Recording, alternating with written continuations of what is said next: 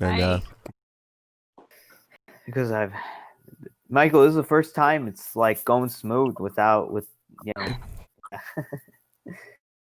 We are getting better, guys. We're doing fantastic. I'm so proud of you. And also, Ariel, I gotta say, I'm so proud of you for trying to learn all this.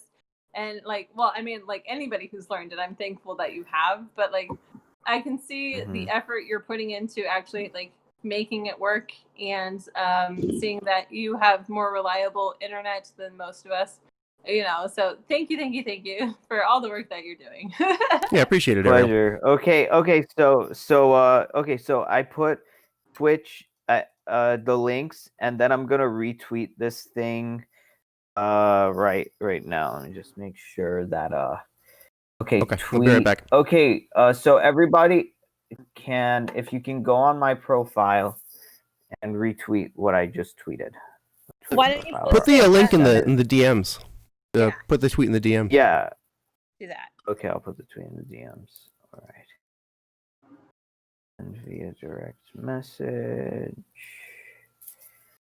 Roundtable podcast. Okay, perfect. It's in the DMs. Please retweet that. Okay. Yeah. I hope you're fine there, Michael. We're just doing all of this because it's like if we're making something, we'd like people to see it, and trying to blast out as much the quality and make everything great before we. Hey, Ariel, just as a side note, you're doing a fantastic job with your posts.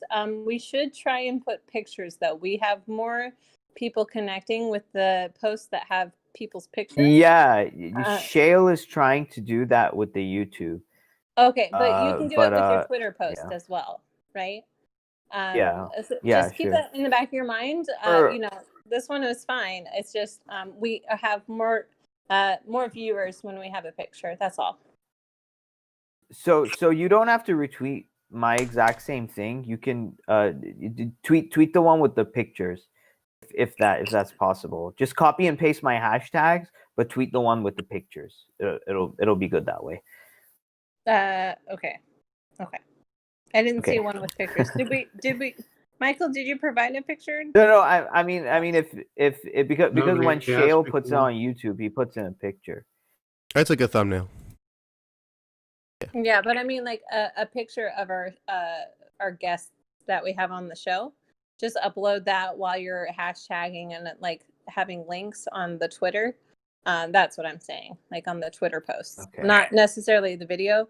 And I'm just pointing this out from some of the analytics that have come back.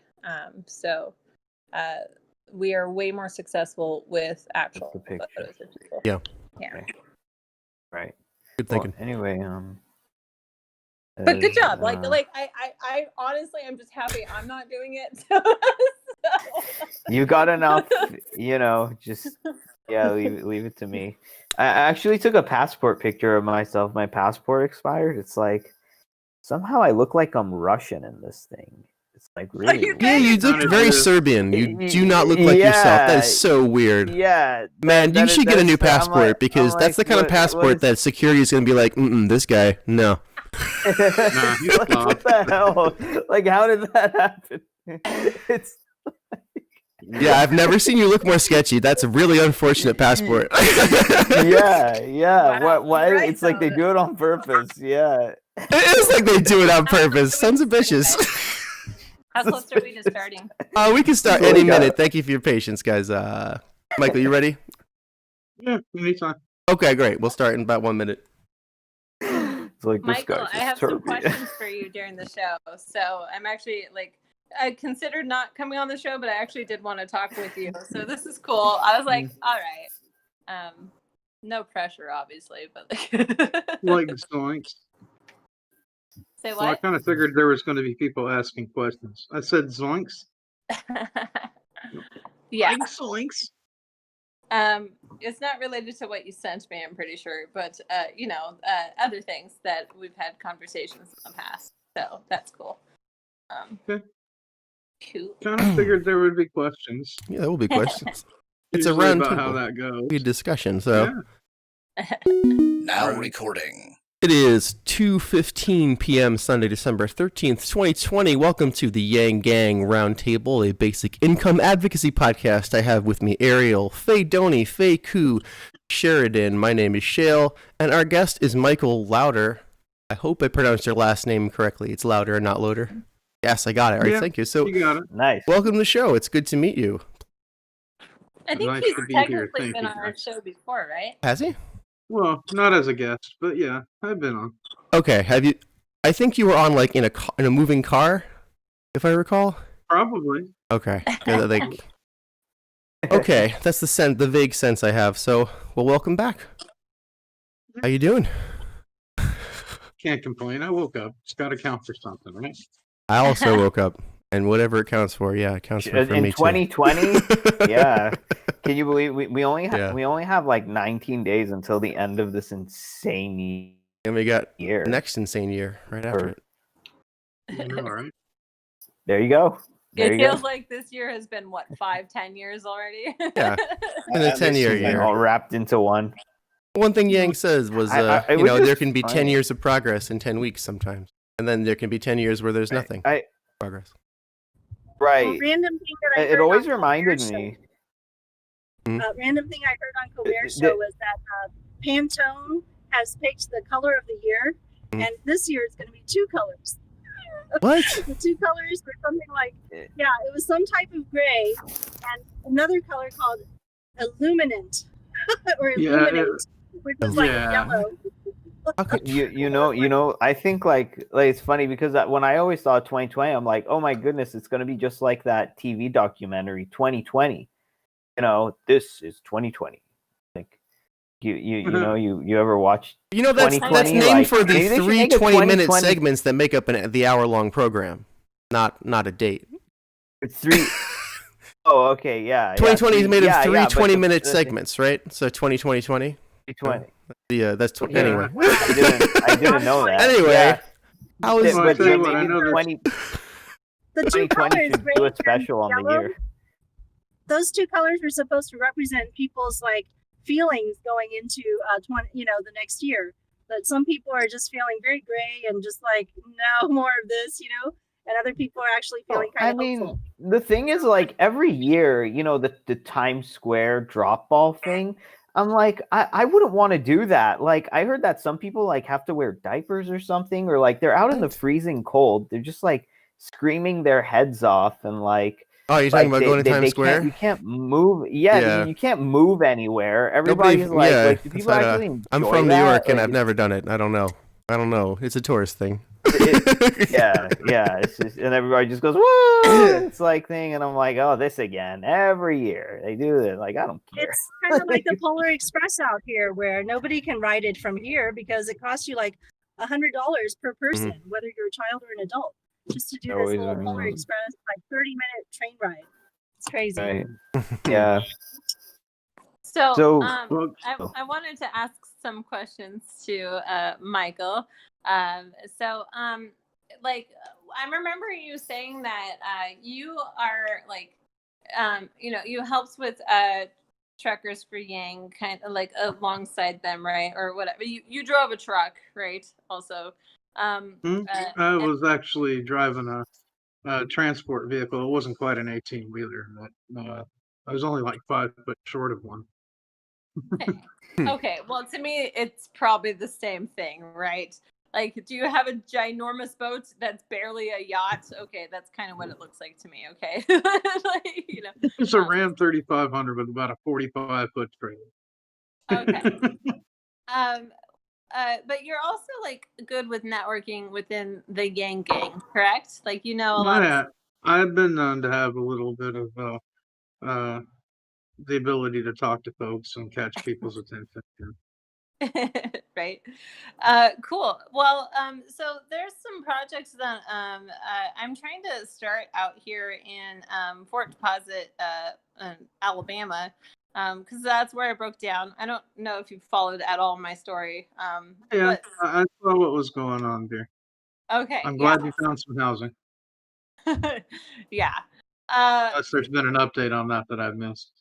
No. I have temporary housing for a few days, and then I actually might be able to get more steady housing.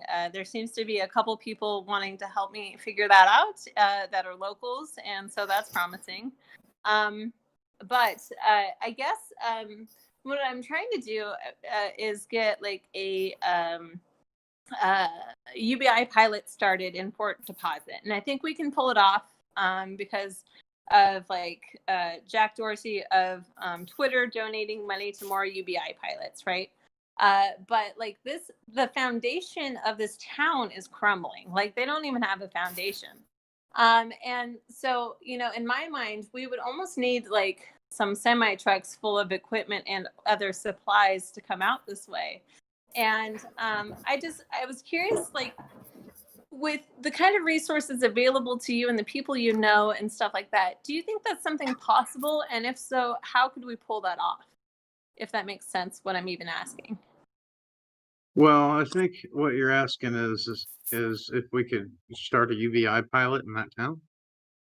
Well, I think we can do the UBI pilot, but but what I'm talking about is like once they get that foundation, I think they need additional resources coming in this way. But I think that requires teams of people kind of organizing to bring some of the foundational supplies out this way. And like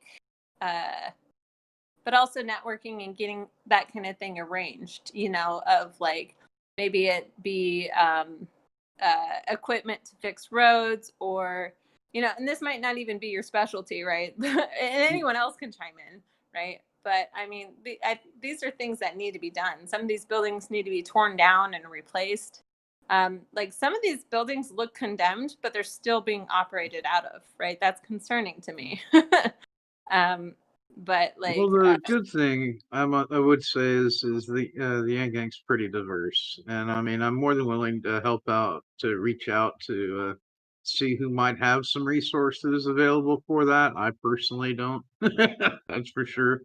But I'd be more than willing to try and help out with that and see if I can help find people that would be willing to do something like that. I don't know how it's going to go. I don't have a crystal ball in my back pocket or anything, but of course, I'd be more yeah. than willing to give that a try. To be honest, I don't know what the hell I'm doing, right? Like, not at all. I'm just like, you know what? Screw it. I'm going to try something. Something has to be tried. But like, I think, like the truckers for Yang, when they wrapped their trucks, like, the stuff inside was just what they were delivering, correct? Like, it wasn't related to Andrew Yang's campaign directly. What was inside of them, right? Like, Well, what was inside of them, as far as I understand, I mean, I wasn't directly involved with Mr. Ramey's outfit there, but from what I understand, they were just running loads out of those trailers. They just happened to be wrapped in advertising for Yang. okay, that's fine. You other people know more about what happened, like with that, like little group. So it's worth asking. Definitely. Like, yeah, I don't know. Other people can chime in too. Ideas Sure. or questions, comments, concerns. So Michael, when did you first hear about like Andrew Yang and everything he was like doing, and what got you on board? That would have been the same week the Joe Rogan podcast came out. Within just hearing it was like a little uncanny hearing somebody that sounded real. That was claiming to be someone trying to be a politician, and they actually were making sense and giving out actual real solutions and policy ideas and things other than platitudes and you know It's rare for a yeah, politician to make sense these days. rare for that. So I was like, wait a minute. Okay. And I did a little research on him. Within 2 hours, I was one of the first 60,000 donors to his campaign so he could make the campaign Nice. stage. Yeah. So I've Mike, been around a you little are a bit. trucker? No, Okay. You are. I was Oh, no. transporting cars, and I was just using a regular Dodge truck that happened to be able to haul a lot of weight. But the trailer was like 45 foot long, Okay. so I would haul 3 or 4 vehicles at a time. And I pulled truckers' hours. I was under the same rules as them, as far Mm. as I could only drive so many hours a day, and I had to take breaks within a certain amount of time. And I could Mm. only, run 70 hours a week and whatnot. Mm. But yeah, might as well have been a trucker. I just didn't have the sleeper cab. How do you think So, that so like? what Oh, go ahead, Ariel. what was your job called? Was it, I was a transporter. I transported cars, oh, vehicles oh, okay, from one side of transporter. the Okay, go country to ahead, the Faye. other. Yeah. All right. Oh, okay, got it. So, Faye, you want to say something or? yeah, that's fine. So, Okay. how do you think that kind of work is like, in your opinion, going to be affected by automation and stuff? Like, have you It'll seen? probably be one of the last ones affected, but it'll definitely get affected because there's a lot of not just larger trucks that would definitely be CDL drivers that would be getting the boot, but you'd still need somebody to load the cars off and on. But as far as driving the stuff around, it'll get affected, but it'll probably be one of the later jobs affected by that automation, to be quite honest. It's definitely going bye-bye. I'm no Your fool. particular kind of work was very physical, as I understood it. Are you Yeah, I still was loading and driving right unloading now, cars or a lot. are you trying to move into something else right now? No, I didn't go back to work for those folks. They weren't they weren't completely on the up and up on many levels, and when I got out of it, I got out of it for a lot of different reasons, but I've got a couple of things in the frying pan right now. A couple of different plans. I'll see which one which one puts its together in front of me while I'm trying to figure it out. I've got a business I started to where I can uh, a freight a freight brokership basically. I've got to work on the last step of that to get the bond together so that I can start doing it. But I've got about half of it. It's almost a $7,000 bond that I got to have, but I got about half of it. I just got to find the other half within a certain amount of time, and I can start that up.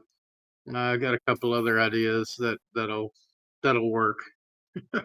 I just not been one to go work for minimum wage. That's usually not on.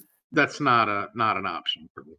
I've worked for myself or for commission since I was like 19 years old. So yeah. I'm 44 now, and I don't plan on going back to punching a clock for $7 or $8 an hour. Are you still looking for funding for the new business? I've got some feelers out there. It'd be nice if I could find another person willing to help out with that, and I would definitely make it an investment situation for them and make it worth their while. It definitely wouldn't take very long to pay that back out either.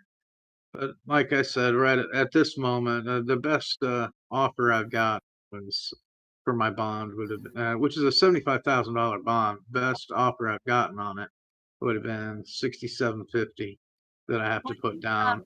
A lot of our listeners probably don't know about this new business. Maybe you could start more from the beginning of, what type of business it is and how did you get into this?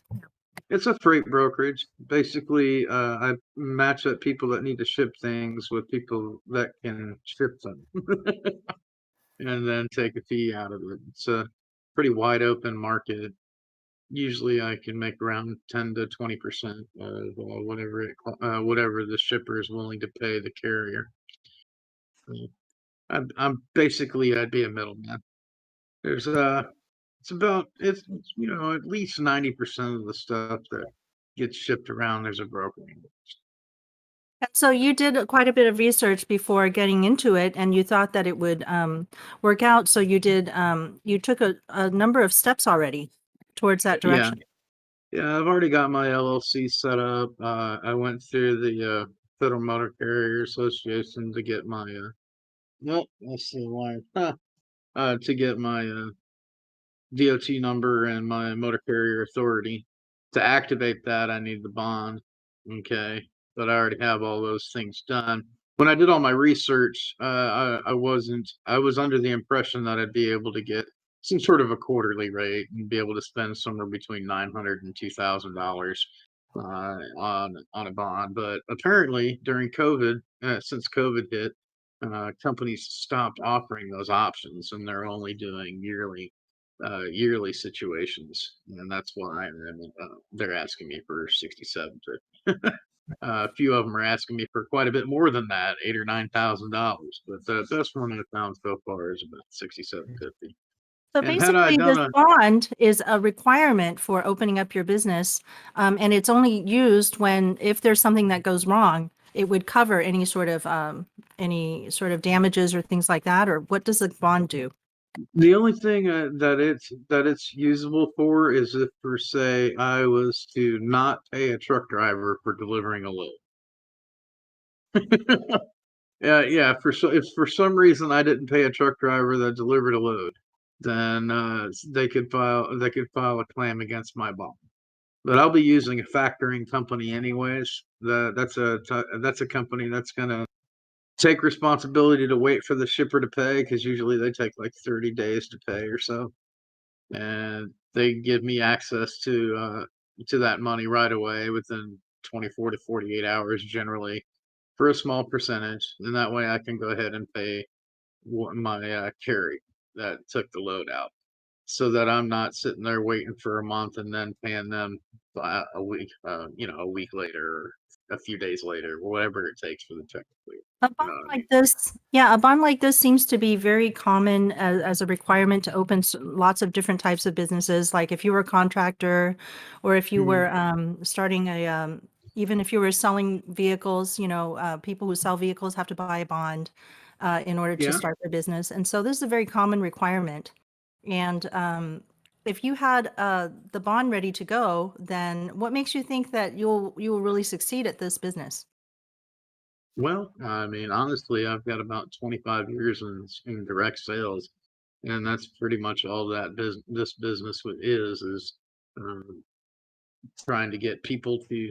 It's not really trying; it's making people believe that you can take care of their needs. Somebody needs to get something shipped to the other side of the country. I need to be able to do that, so I match them up with a truck driver or a carrier that can do that for 'em. Okay. Um, as long as I'm taking care of business and making sure that things run smoothly, they repeat business with me and so on, and then it becomes more of a residual situation. And it's not one load that a customer's giving me, it's several over time. And it that kind of stuff adds up relatively quick, to be quite honest. And this So, kind of this brokerage, a really good brokerage is important for the truck drivers because that's how they get paid well if they have a good broker. If they have a bad broker, they may not get, as many trips, or they may not be scheduled correctly or things like that. Or right, definitely, if they definitely need access to loads, okay, and that can be through brokers directly or through load boards, which those loads are put up there by brokers. So they either need to have some cultivated relationships with some brokers, or directly with shippers, which is even tougher for them because they've got a limited time schedule. Most of them really don't want to deal with setting up all their loads and whatnot. So it's nice for a lot of drivers to be able to just, especially the ones that are owner operators, to be able to go ahead and just, be in relationships with brokers so that they can have steady loads in I the think in one the of the lanes that greatest they things want. about Fred Ramey's job that allowed him to Mhm. do all of these crazy things he did during the Yang Gang Mhm. uh, period was he had really good boss and they have very good and they are very good brokerage over there, so he's able to basically pick and choose where he wants to go and still get paid Right. while he's doing Right. his pet project of getting Andrew Yang elected.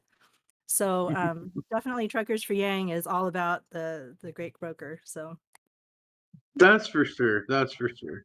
As long as you're doing good business and not, leaving any details out, making sure you're taking care of both the shipper and the carrier, you're gonna do all right. I've done a lot of research on this. It took a couple of months and sat down and looked into this before I pulled the trigger on it. I just wish that my research would have told me that COVID changed everything as far as getting a bond was concerned.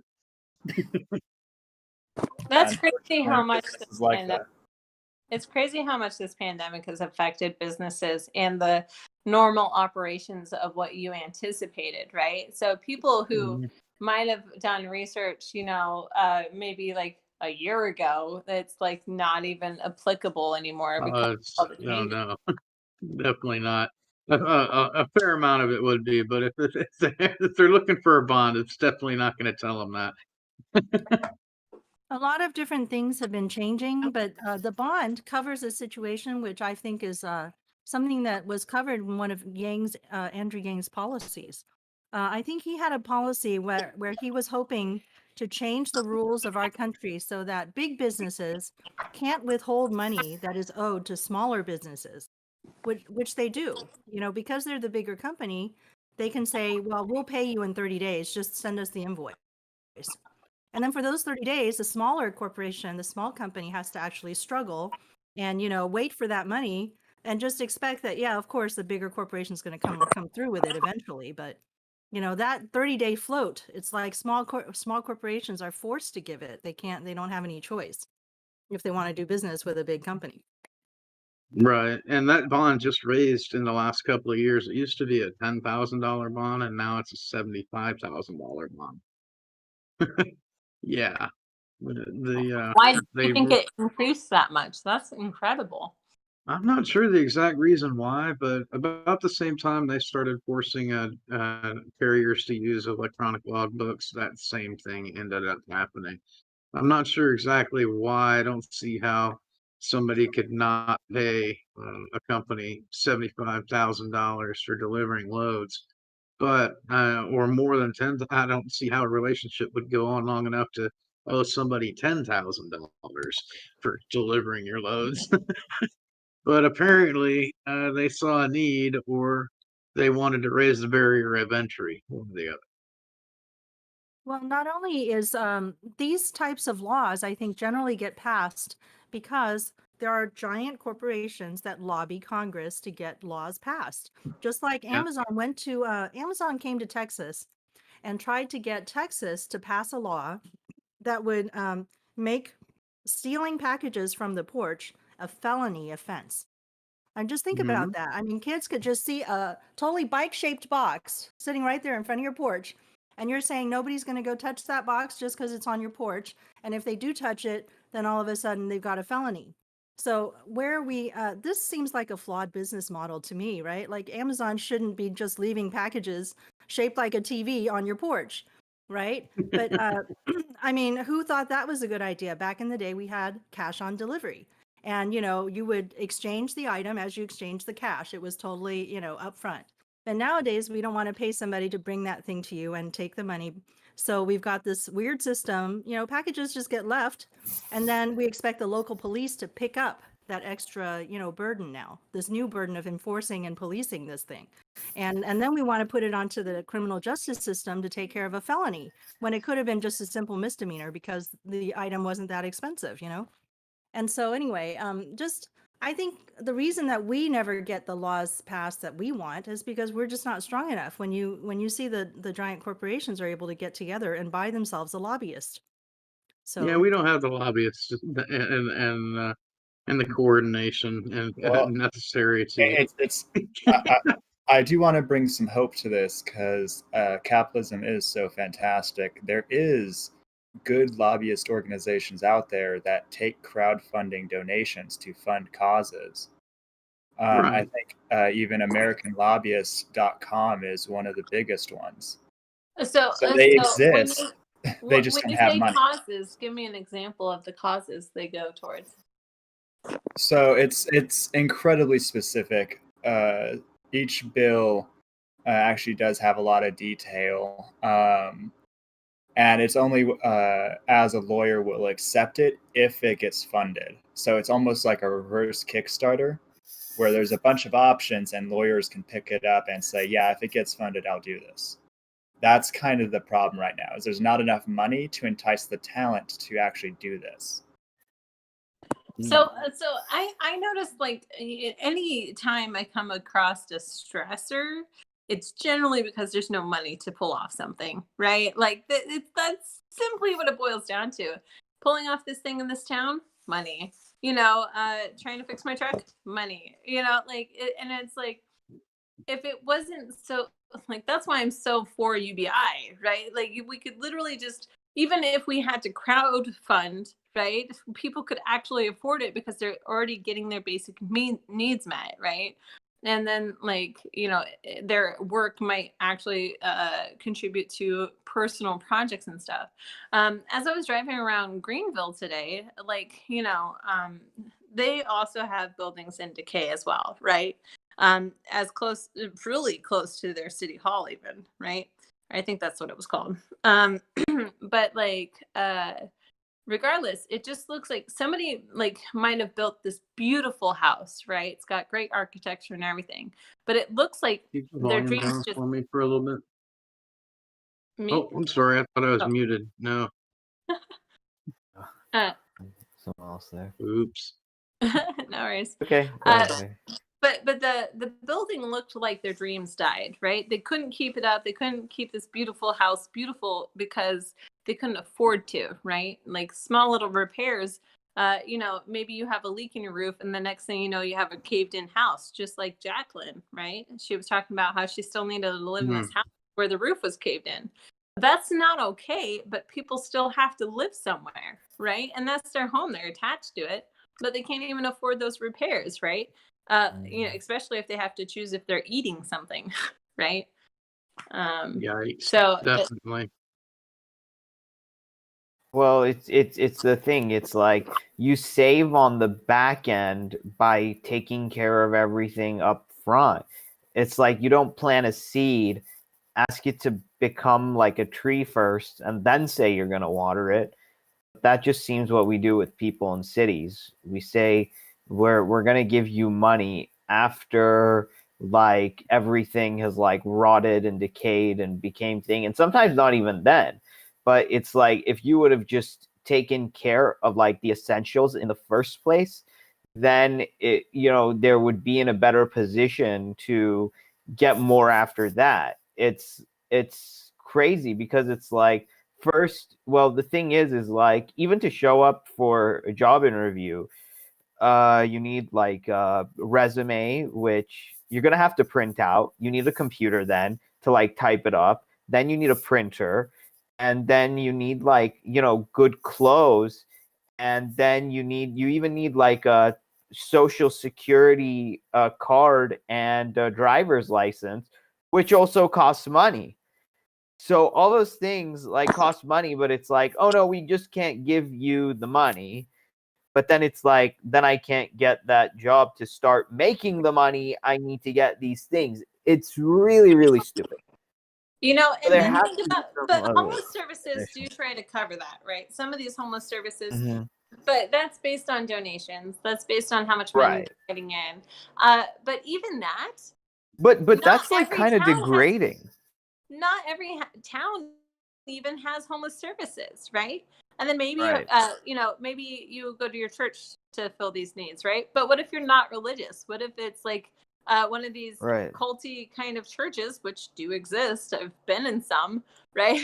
Like, or at least fear-based, and maybe you don't want to go to that church, and you don't want to be reliant on that. Maybe kind of you're thing. not even Christian. Maybe you're Jewish, and there are no synagogues in your town. Exactly. Maybe you're And then what are Muslim. you supposed to do? You're forced to be like exposed to something that you don't really want to be exposed to, right? Right. Yeah. And then that takes away your time, right? And It without UBI, I'm saying it's a very coercive culture. Because yeah, when you don't, everything is like coerced, because like where else you're gonna go, and if you don't like it, it's either our way or the highway. Because if you want your basic needs met, You're going to have to do what we tell you, or else we won't like you. Whereas the UBI is just like, here, this is your autonomy. This is like, I like your that freedom. verbiage. I want to say, let's remember that without UBI, it's a very coercive culture. That's a very good turn of phrase, Ariel. I like that. Yeah. Well, it's true. I agree. Yeah. Like we think coercion is so bad. We think consent is like a good thing. But when it comes to financial culture, that doesn't exist. I mean, like we bail out all these, Wall Street and company people to the tune of millions and sometimes even trillions. But when a person falls down on their luck, hey, if some services in your community want you to force you to do stuff that you don't like and you don't even want to do, tough luck, buddy. That's it. It's complete BS. I don't know. What do you think, Michael? Go ahead. Anyway, yeah. Michael, I actually wanted to ask, since you got to travel to different cities, like what kind of things did you see about these cities? Like were other ones falling apart that you came across, or like? Oh, all over the place. I was gonna say definitely all over the place. There's Describe the more cities and towns that need help than you could possibly imagine. Way more than that don't. For sure. It's not the ratio is not even funny. Michael, where are you based out of? Well, currently I'm living in Texas, right? Oh, okay, like Austin area, Houston. Around Houston. I'm in Pasadena. Okay. I don't think They there's have a problem there. I don't think there's an American in the continental United States who doesn't have an economic ghost town within a day of them. They're everywhere. Yeah. In fact, New Mexico. I asked if they had a problem there, Houston. New Mexico A problem? No, Houston? I mean, Houston. Everywhere have a has problem. problems, man. Everywhere. Right. Absolutely. Yeah. There's Yeah, a like serious Mexico. homeless situation out here, all kinds of things and whatnot. So yeah, definitely. Houston does have a And- problem. Oh, definitely. Along with all these other cities. Yeah. Could you paint Like it? everywhere does. Could you paint Yeah. the imagery of these cities that you've come across that were falling apart?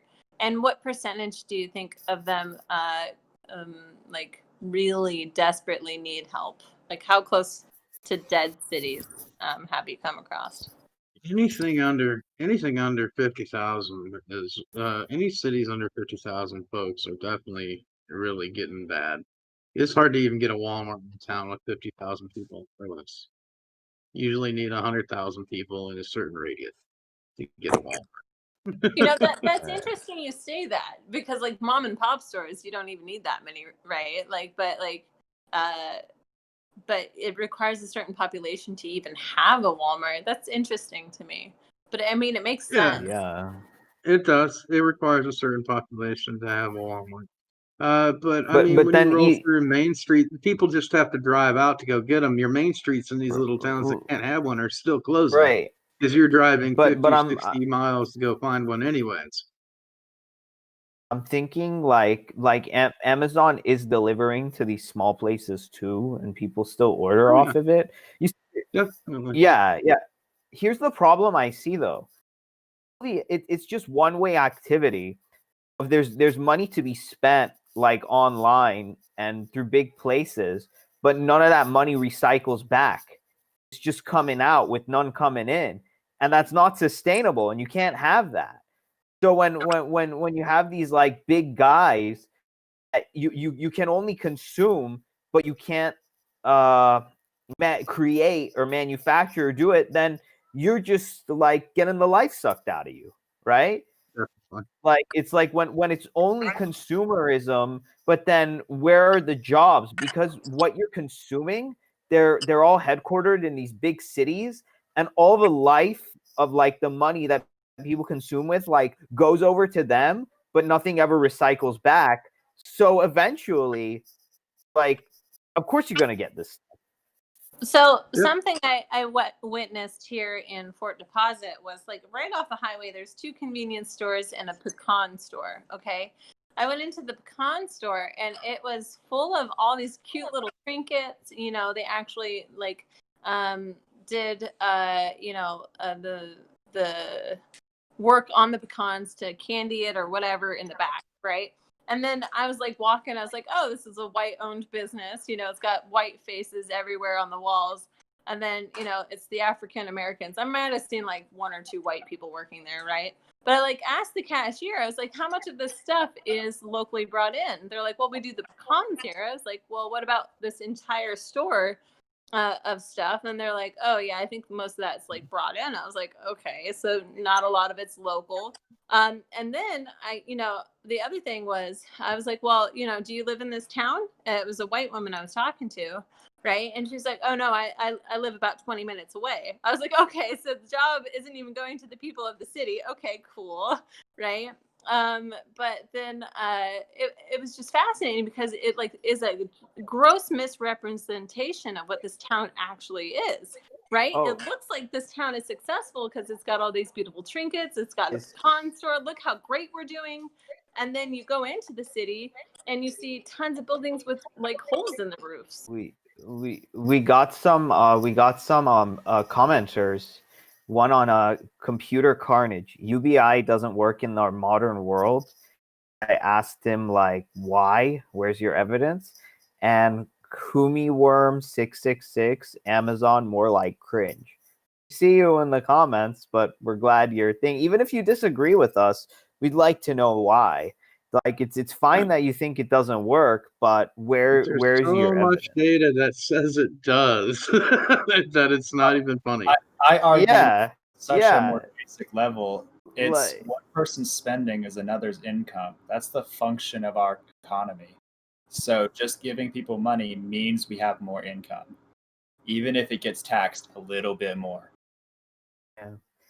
So is anybody monitoring the YouTube chat?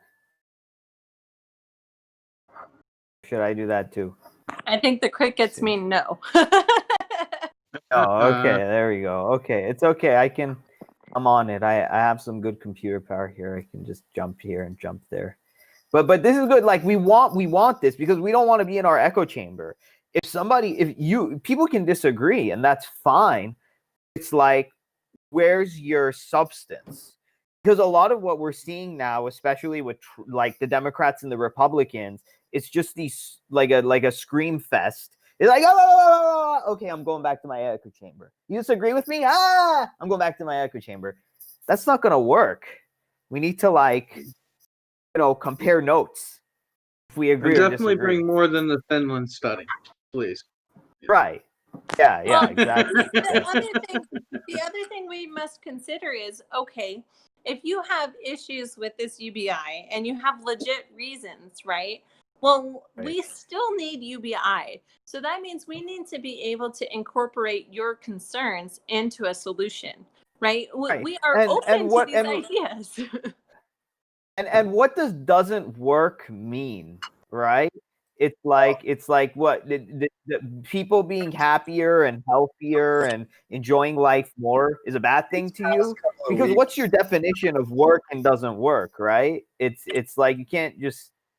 Well, I will play contrarian a little bit here, Ariel. A couple of weeks ago, a billionaire commented that we could solve the retirement crisis and make everyone a millionaire by the time they retire by having a government program that costs about $150 billion a year, investing about $7,000 into every single newborn that is born into the financial markets and creating But the problem I have with that, Sheridan, is like not doing a UBI and doing that, but if we do the UBI too, I'm fine with it. But like putting that, it's like oh, you only have access to the money until you're 55. Well, Faye's not 55, and she needs that money right now in this predicament. You know what I'm talking about? That's exactly what I was about to mention. It's great for the financial markets and it's great for building paper wealth. But unfortunately, we need real wealth to grow in tandem with our financial markets. Yeah. Otherwise, and it's look just at this. eroding Look the at how base. disgusting this is. Because of these crises, there was a back in time where when you had a savings account, that actually meant something. You get at least let me ask Michael, have you ever opened a savings account? Oh, I've opened it, but I was raised in poverty, my friend. My family of 4 when I was a kid was living off $8 an hour, and my mom was a nurse when I was in high school. Okay, I All know right. that. Yeah, Well, for all okay, A of She you- was a nurse should nurse. I not be heard allowed to be. A nurse is a that's ridiculous. Yeah, professional that should be paid. that's Well, that's ridiculous. They young, get paid quite a bit more now, but they still haven't had their wages our young move the privileged way they I should, I like want everybody I else. want to read more comments. The Trumper for Yang is commenting. Well, let It's me- called the dishonesty bond comment practice. That policy shows Andrew's understanding of the small business environment. Oftentimes, larger companies can place a smaller on a net 30 or even a net 45. Very difficult Yep. to operate. Okay. Mhm. You gotta tell us what that means. But hang on, let me read more comments. Devin Rosh, what's up, Mike? Is Devin your friend, Mike? Yeah, No? Devin was in Iowa. He's still in Iowa. He was one of the organizers, like myself. Oh, nice, excellent, Yeah. excellent. What that And means is what Faye was talking about earlier, where people they're putting up different barriers to entry to weasel out smaller people so that the bigger companies can get things done. Putting them it's on terrible. not paying them for Yeah. 30 or 45 days when they can actually pay Why out is right that then even and when legal? the load's delivered. You know what I mean? That should be look and here's the Hey, Eric. bullshit. Just I go ahead. Yeah, I just So, want to make yeah. There's one other Okay, comment I sorry. wanted to make about the small business ecosystem, but I'll make this one first. To that person who was saying that Yang doesn't understand, I want to remind that person there was 140 policies that Yang supported, and one of them included making this practice illegal, so that Yep. big companies Oh, pay okay. small Now in now days. yeah, this is what I want to hit on. This is very important. Like when you make a financial mistake, you're hit with like interests, penalties, fees, service charges, you name it. They'll stack all this stuff on, right? To Mhm. like when you make a little mistake.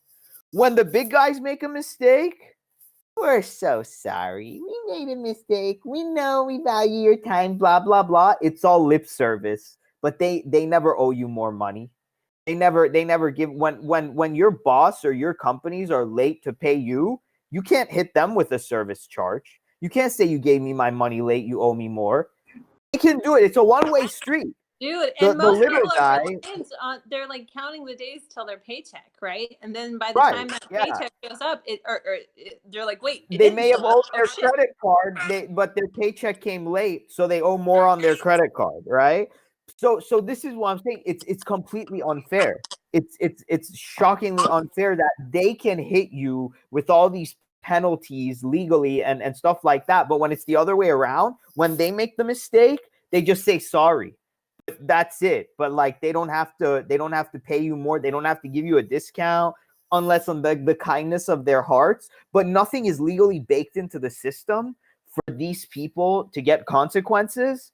But when it's the consumer and us, it's all baked into the system. It's a rigged game. It's a Well, rigged game. I also want to add a little nuance to that. It's only a rigged game if you actually manage it onto public markets and into the corrupt networks where you can bribe these officials out of the way. It's very expensive to do this, but often when you're playing at this big game, you're delivering to billions of people. So you're making a handsome profit. Is it okay if I put the invite people thing in the like we did before in the Twitch or Discord? Well, actually, I wanted to say bye to Michael and to the podcast. I have to actually start trimming. I'm going to be in trim jail for the day. So, Well, thanks for okay. coming on. All right, Shed. Thanks. Good seeing you. Thanks for coming on, Sharon. It's always fun. Talk to you soon. I'm Good actually luck. going to message you later, Mike, Soon. because I might be able to help with that bond thing. I'd like to talk about the details later. Okay, all right. Cool. You can definitely reach out to me on at least on Twitter. You should see. You'd probably be easiest to find me there since we're talking to like across the internet right now. Absolutely. But Yeah. thanks again. It was great talking with all you guys, and have a great day. Bye. To answer Ariel, your Great question, question. Ariel, yeah, that's fine. You can go ahead and put the link. So, Oh, for people okay. who know me a little bit, you know that I like to speak and talk in terms of movies because I find movies to be something you can watch, in a short time, relatively short time, enjoy it, and then there's a lot to think about, and it makes it easier to have a conversation about certain things. There's a really interesting movie that is hard to find nowadays, but it's called Rosalie Goes Shopping, and it's a film by Percy Adlon from ages ago. And Rosalie Goes Shopping, I think the what do you call it? The subtitle or subcontext is something like if you owe the bank, like $100, it's if you owe the bank like $1,000, it's your problem, right? But if you owe the bank $1 million, now it's the bank's problem. And Right. so, Well, it's the China and U.S. China, go ahead. well, I think John Paul Getty Because was we actually owe. credited with saying something like that originally. Yeah, yeah. He was Someone told me the same thing. right. Faye, because it said that like we owe so much to China now that it's like that we kind of own them because all this stuff is with us. That's what someone told me. Go ahead, Faye. No, I mean it's great. I mean, if you guys get a chance Yeah. to watch this movie, it was about a lady who was a mom of many children, and she had an American husband, but she was an immigrant. So she was like German or something like that, and she just found a way to keep borrowing money, and every time she needed something for, her husband wasn't going to have enough, so she would just go out and borrow it. And she just kept borrowing and borrowing until it snowballed into where she had borrowed so much money eventually that, the bank couldn't do anything with her. She was now like a business maven. It's just Mm, really, it's like interesting. that's the American dream, I think. The ultimate, immigrant I made guess. good. I mean, Faye, you're right because like when you work in retail, they keep encouraging you to get the customers to like get on a plan, like a payment plan. They can't afford payment plan everywhere, payment plan. Yeah, and it's all just like accruing debt and credit and like all this stuff and putting in their social security numbers and like clicking this and clicking that and then paying Interest. interest. Yeah, it's that's why like our whole like economy is like this house of cards casino, credit default swaps and all this stuff. It like encourages no responsibility, recklessness, and all this stuff. And we have the nerve to say that, oh, those people are reckless with their money. You know how reckless a lot of like, people who have tons of money are when they keep like juggling and putting it here and putting it there and not even like caring, and it's not fair that the people who are struggling, we pass judgment on to them, but the people who created this mess were like, oh, get out of jail free card. I don't know. It's weird. I think it just we have to give credit where credit is due, but we also have to put blame on where blame is due, and we have to like raise our accountability standards for a lot of people and things like that.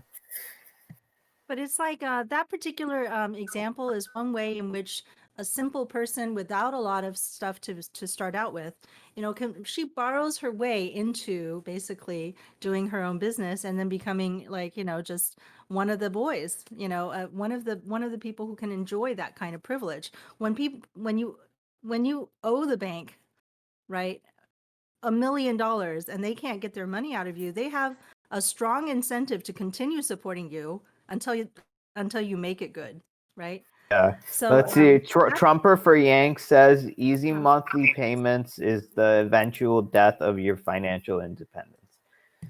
So, so Faye, what you're talking about For sounds sure. like sunk cost fallacy. Is that what it's you're describing? it's not a fallacy because it's really how our financial system works. People who are very wealthy often trade in a large amount of debt, and it happens also for farmers and ranchers who may own a lot of property, but they may lose money this year, or they may make a windfall this year. It's so there's a huge amount of debt involved in order to finance these things, and when you borrow in order to hold down a business like that, all of a sudden you're like, everybody's hero, right? You're like making the American dream come true. But if you're a consumer who borrows and you just have a lot of other types of debt, like a debt for your house that you can't pay, or a debt for things that you need for your children, you're looked at as being irresponsible. And so Oh it's yeah, like it's only like the tiniest double sliver that is standard. separating the two kinds of debt. Hmm. It's the American nightmare. It's not even the American dream right now. I mean, like what we got going on right now. But yeah, I really like to thank Trumper for Yang for coming in and commenting and stuff, because like I see a lot of like left right yang gang dynamics. Now we're like splintering and stuff. Let's not do that, please, please. Can we just concentrate on UBI and getting it passed and getting something done, instead of like throwing stuff at each other like we're 5 years old? Let's just keep being friends. Look, once we get UBI passed, left people and right people go right back to hating each other and calling people names and like doing all that stuff. Not now, please. Enough. I agree. Ask him when he's coming to Okay. our show. Ask him when is he going to come on.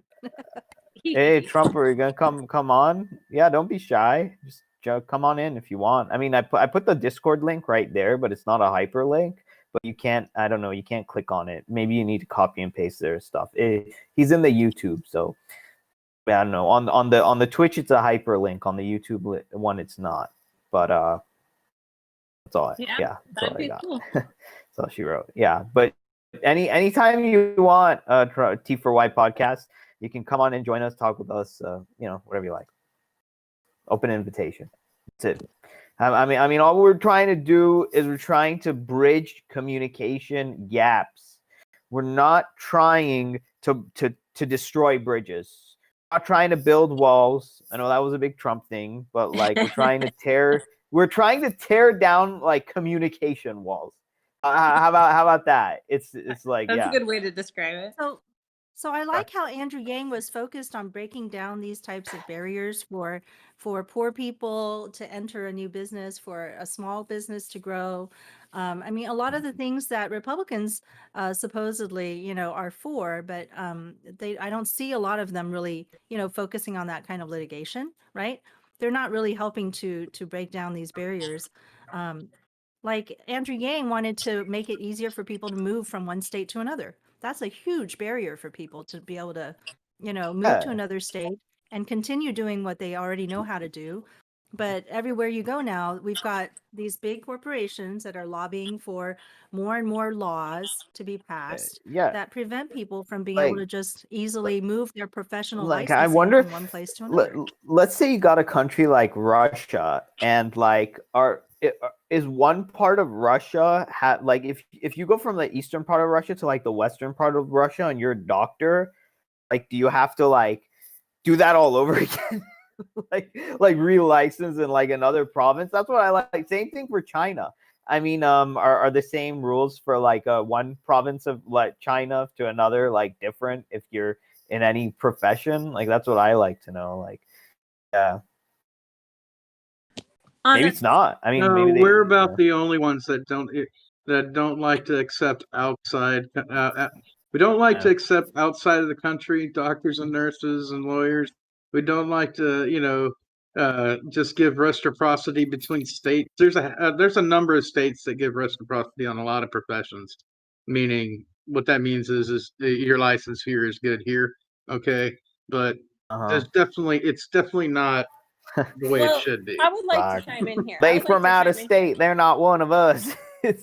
I would like to chime Go ahead, in here Faye. though. Like I literally have a Washington State driver's license. I have a South Dakota license plate. I had California food stamps, right? Like I would need this wherever I am, regardless of like what state I'm like claimed to, right? We should have something that's universal, that like it doesn't matter if I move or not, right? Like we really need to focus on having stuff like that. But we got a new Go ahead. got a new commenter, you guys. Sorry to interrupt you, Faye, in the YouTube. It says, in Canada, Trudeau lost the popular vote, but Liberals didn't seem to care. Interesting how that works. And then he says his name is A Shu. It's like sneeze, like the sound that you make. Yang put dudes on their knees and sprayed whipped cream in their mouths. That was the day that the Yang dude went down the tubes. I mean, are people really that petty? Like is that That is really, Most talking people about don't people realize not- that just that's said that actually a on- that's like actually a tradition in who gives a shit? Massachusetts. Yeah, I mean, plus, look, like- if that is really your politics, shut up. Don't spread that. Don't put that idea out that that's normative. Don't put the idea out that it's okay to judge our leaders by a fucking like Facebook style frat style picture. Everybody has a picture where they're doing something that looks stupid and can be taken out of context at a party. It's a human thing. It's fucking not a thing you can base Well, I judgment just on saw- at all. It's ridiculous. And if you go around like, believe oh, it. that's when I made my, or even if you're not, even if your position is, I'm smarter, but everybody else changed their mind, and that's why it's not okay when he did that. That's still stupid. Shut up. You're still wrong. Just don't think that. It's not accurate. Anyway, that's enough of that. Let me go on. Oh, we have another commenter. I think we're really getting something. Brian Mannix. Hey, folks. Hi, Brian. How you doing? I know Brian say from hi, our actually. Facebook, I think. But he's Nice. also been. I think we're getting up to the there, you guys. To the Yanggang Report Live, I think. Mm-hmm. It's making me happy. We're getting some activity. Good. So I Yeah. found Yang But policy. How large I just corporations wait. lobby Congress. Yep, very good. I It's just the want to timing tell of payments for small businesses. I just want to tell A Shu something. So let's say that aliens could come from outer space and grant you any wish that you wanted, $1 million, a mansion, like infinite trips around the world. And then you found out that like they're gay aliens that like to do anal. Would you say, I don't want my wish granted from you aliens because of, your lifestyle? Even if you could like help out my life. I don't agree with, like let's say a genie came out of a lamp and you found that he had like another gay sex partner in the lamp, and it says I can grant you 3 wishes, and then you're like, no, I don't want your 3 wishes. Go back in your lamp. You're a gay genie. like would that like I don't care. You see, that's the thing. It's like, is this gonna help me or is this gonna hurt me? What you want to do, how you want to have fun, how you want to live your life, that's for you to decide. But are your policies at the end of the day going to help my life or going to hurt my life? And if whatever you do in your private time or whatever you want to put out there, that's fine. But like, you see that's the way I think. So if people really are that dumb, then go ahead. I don't care. I mean, I want to chime in here too, though. Like, I mean, I've been hanging out with these self-righteous people that, have these kind of like I've walked amongst them. I've talked to them. What they do in their private time is nothing like what they like present to the world. If you're, some successful businessman, right? You're presenting one persona, right? But but I've seen you in your personal time, and you are nothing like you're presenting to the world. People are a lot of the times out of alignment with what they actually believe, right? But it's for show. I met one person. He was like, well, I got this one girl who thinks I'm this one type of person, this other gal who thinks I'm this kind of person, and we accidentally all ended up in the same like party. What do I do? Right? Like they couldn't even like be in alignment. Right. People like that, a lot of the time, they don't even realize what they have lost, which is themselves. Yeah, go ahead. People like that don't realize what's missing in their life. Like they develop psychological problems. They're like, oh, why am I sad all the time? What is wrong? Why am I listless? Why don't I know what to do? It's because they have like completely sublimated their sense of self and their own like real feelings and thoughts and needs and wishes, and that's very disturbing, And like that guy, the only thing that's going to really make him happy is none of those many pretends to be will do anything for him in the long run. They'll they will win him a sex partner in the short term, and then after that he will be unsatisfied, and it's But like he's not gonna go there. He's not gonna be like, but he's never gonna just think, what do I want? How about me? What's the real me? Like it's inaccessible to people like that, and it's very sad. It's very sad In for the them. end, he's hurting other people too. Well, yeah, it is. He's hurting more people. everybody, but like nobody more than himself. That's a real Michael, you're upsetting muted. thing. And like we don't really have the language to talk about it. Do you get what I'm trying to convey? It's a cultural issue. They're suppressed. Like Yeah, what you're saying. they completely. They like Okay, they like yeah. suppress their own like real feelings and needs. And They become stuff. such actors. Be- They have so many characters because they of the slip into. culture, Right. yeah. Because they have such a performative life, they have so many characters they slip into, they lose their real feelings. They lose touch with themselves, and it becomes like a very disturbing thing. Anyway. Oh, Brian is still doing commenting. He's gonna help Yang become the mayor. That's where he wants to put all of his energy, and I'm just gonna send him an open invitation. Yeah, if you ever want to come here and talk about it, feel free to. And we got another comment from a Chew.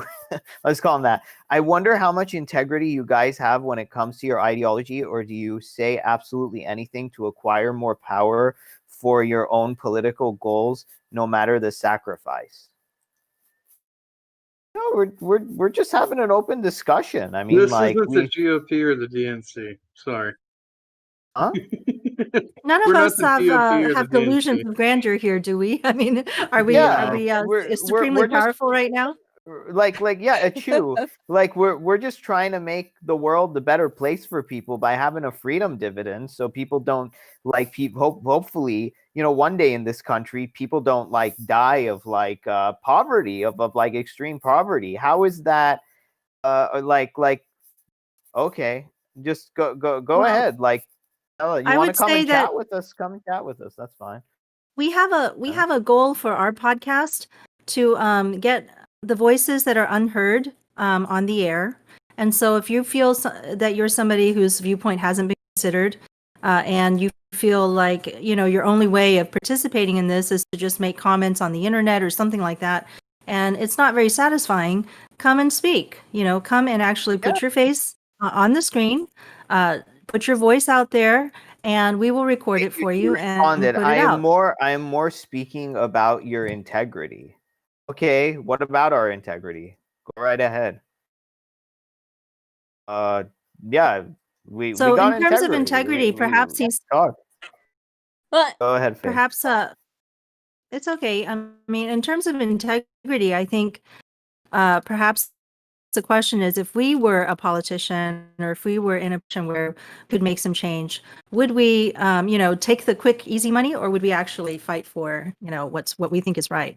And I think that the fact that all of us are doing this while we're living in poverty with no expectation of someone handing us anything just because we're on the air, I think is we're spending our time doing something that we could be using somewhere else, and our time is just as valuable as the time for anybody else. That's a great case, Faye. Look at the systemic incentives. Whoever wrote that comic, look at I think Faye really hit the nail on the head. The systemic incentives are for us to be honest. We have no systemic incentive to not have integrity in what we're doing. So you don't really have to judge us by our character. You can look at the system and go, yeah, that makes sense. Why would they lie? Well, Yeah. in addition, Yeah. okay. But also our character is fine if you want to look at our episodes and see who we are. Yeah, There we're, you we're go, pretty yeah, honest and yeah. transparent, right? Most of the time. And the other thing about I got nothing to hide. But the other thing is, like, we have literally created pet projects from this podcast, right? We're broke as shit, and we're still having these pet projects where we're putting our time and energy into it. We've had we wanted to raise money in a PAC fund so that Republicans can run on UBI, right? Like we tried to start that here. I forget exactly what it was and how that went. Okay, I'm not gonna pretend I remember all the details, but like that was one project. The other thing is we have other people we're working with. I'm personally working with. Like, I know myself. I know what I'm doing, and I know there's integrity there.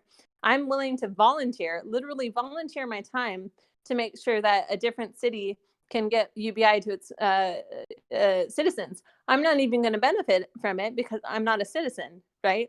but I Right. care about these people, and I'm literally going to stay here and take care of this situation because it's something I'm passionate about. I think people like Chu are so used to just people not having integrity and people just chasing like popularity and like doing it because of that.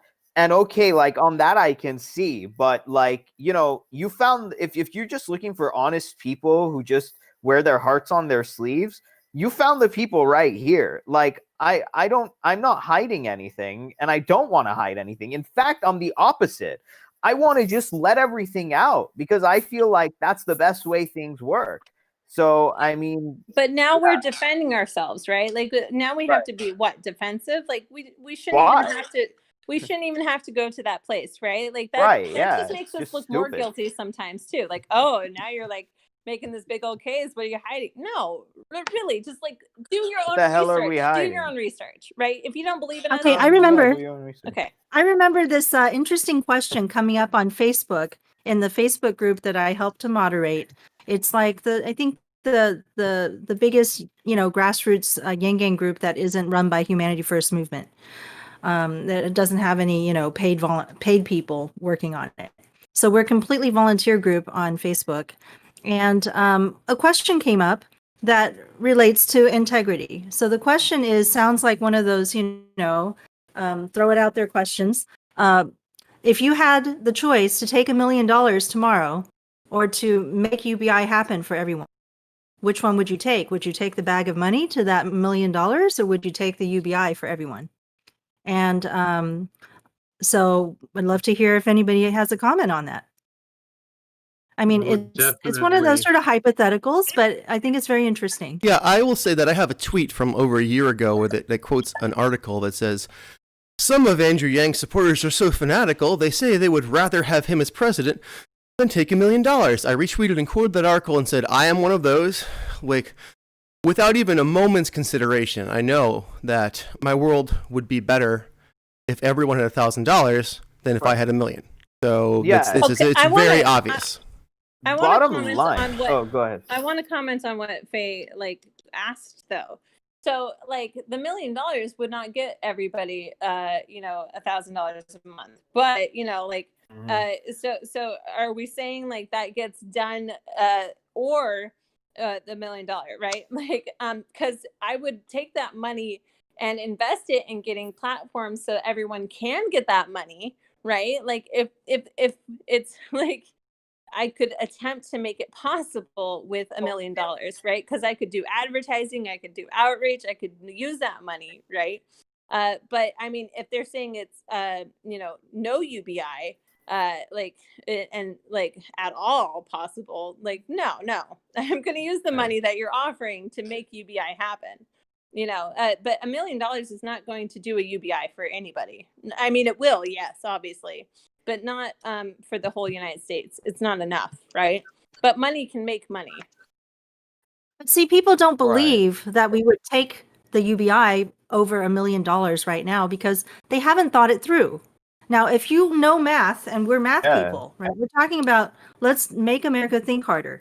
Think harder on this. $1 million is about how much money each of your people, every single person in your family, is going to get over a period of their lifetime. If we had, say, just a $1,000 a month, like the basic, the universal basic income, $1,000 a month for each person in your family is $1 million for each of them over a lifetime.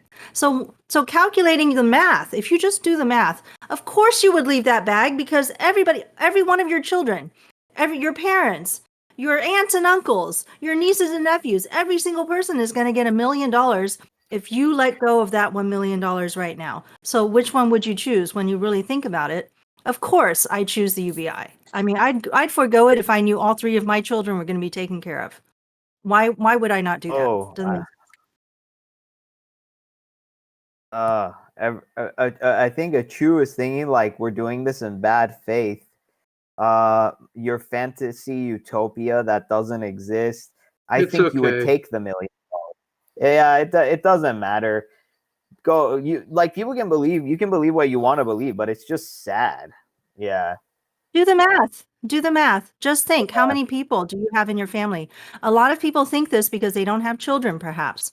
But if for me, I have 3 children. If I let go of $1 million with my children, $3 million, I'm taking that one.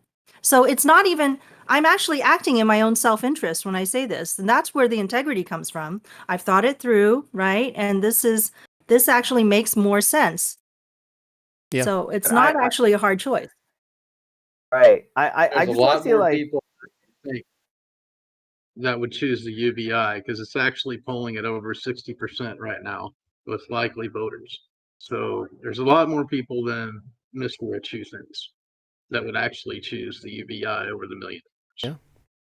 I just want to know, like a true, like, what's your angle? Why do you not believe in it? Are you willing to debate it, or are you just willing to say, like, you know just these things, like, yeah, that's the thing, because like I don't like this like petty stuff. Like we want to have like an actual like debate It's and stuff. okay. But yeah, It's okay. We don't need to feed the crow. It's fine. that's true. Thanks for watching, though. I would Thanks make for sure watching, that he yeah. got his $1,000 a month because I Right. love him as a human being. Yeah. Someday when you get your $1,000, your $2,000, your UBI, and everyone says, when we didn't have UBI, life was barbaric, you're going to say, yes, I was always for it. Yeah, I'm exactly. going to say I am that, just there's a lot of bananas. trust fund babies out there who have, their UBI, and it's a lot more Yeah. than $1,000 a month, right? They're getting it Oh, they're getting 100%. every month getting paid. I'm not a trust fund baby, I and mean, my parents are actually helping me out right now. So, my parents have I helped just out want to their know. parents. My parents were helped out by my aunts and uncles, their brothers and sisters. And so, if you have family who is willing to help you, what about people who don't have family? They need that help too, and we as a community can Yeah. fund that. So should be done. I just want to know what a true, like, what is your angle here? Is it just that you're frustrated that Yang did the whipped cream thing, or like, are you like a super progressive or Democrat, or like just, because it's kind of confusing. But yeah. Well, I mean, okay, so Like, but see, we have grown up where we have these like magazine articles talking shit about people, right? And we're like, ooh, this celebrity did this right, yeah. crazy thing, right? We've been groomed Right. into talking about people and not ideas, right? We've We been need to groomed literally into change gossip. that. I think that's the problem. We've been groomed into gossip, because I think if we were all sitting at an actual round table and a shoe was actually here, like in person, we could see each other's bodies and our faces and our facial expressions, he wouldn't be saying half the crap that he's saying in the comments. I think we could be friends, Ashu. Yeah, I think yeah. it's I think possible. we can be friends. I think we just need to be welcoming to people who have these perspectives, though. And it's actually just more beneficial for everybody, because maybe there is a solid, valid point, but like maybe your parents taught you that doing stuff like that is Yeah. wrong, and not sophisticated, and that's okay, right? But if that's your belief, Right, that yeah. doesn't affect the policies, right? Like, it does not affect the policies. This is why we're humanity first, because we've been getting so used to just lobbing accusations and like having gossip. That's like the environment. That's like the filth that we don't see. And yeah, go ahead, Michael. What do you think? And not reading past the headline. Not reading past the headlines, 100%, 100%. Not Twitter's reading trying past to the remind headlines. everybody now. Twitter's always telling you, do you want to read this before you actually retweet it? I love that now. It's Here, very no, funny. but here, this is what he's saying. To be honest, I have been interestingly surprised. You see, we're changing his mind. I thought I was going to be muted on my whipped cream comment. Yeah, we don't do that here. We don't say, you don't say something and we get pissed off and we just censor you and we tell you to go away. Yeah. Like, just because you're wrong doesn't mean you're an idiot, like, in total. Right. I'm sure I'm wrong about some things. Why? Yeah, everybody's wrong about some shit. It doesn't mean you can dismiss them because they have a wrong about a particular thing. Right. This is what he probably thought. He thought he would come in here with that, we get pissed off at him. We just tell him to get lost. We mute him and we just say, go away. You're no longer welcome. We don't like you. No, we're not like that. We want to know, like, okay, you think this? What led to you thinking like this? Maybe there were some mistakes made along the way. We have some good arguments in between ourselves here. We have people who are like more traditionally conservative, more traditionally liberal. We disagree on many cultural issues. We come together because we all agree on UBI. Yeah. We want to get this done, and then we can go our separate ways. Go our separate political ways. I think it's nice to think we'll always be friends. So you know what? I think we don't even agree on everything else. So this wouldn't work if we had that. If we had that echo chamber mentality, this wouldn't be a project. Like, what's the point? That's boring. That's already out there. I'm trying to do something different. Say, like a Chew, if that was your one problem with Yang, that he did that like whipped cream thing, then it's like I'm glad you came and talked. Let's say there are millions of people like him out there. They didn't say what was bothering them. Then we'd have no idea. So I want to know why. Kind of courage. We want to know why. I really want to know why you feel that way. Can you elaborate on it? Like, why is that to you a good way to make a choice on who should be president? Sincerely answer the question. Why?